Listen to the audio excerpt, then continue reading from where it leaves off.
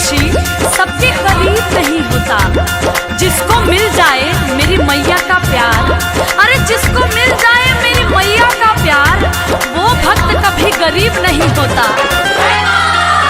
कि जग में ऊंचा तेरो नाम, तेरे चरणों में चारों धाम। जो आए दर पे सुबह हो शाम, तो बन दे उसके बिगड़े काम। जो आए दर पे सुबह हो शाम, तो बन दे उसके बिगड़े काम। ताकि मुझ पे दया कीजिए, ताकि मुझ पे दया कीजिए, अपनी राशि बना लीजिए।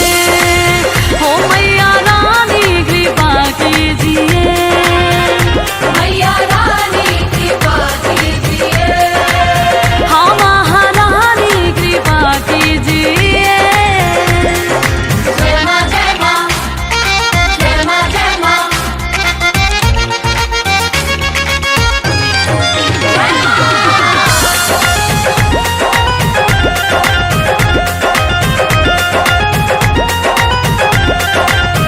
तेरे कदमों में धरती है, तेरे आंचल में अंबर है।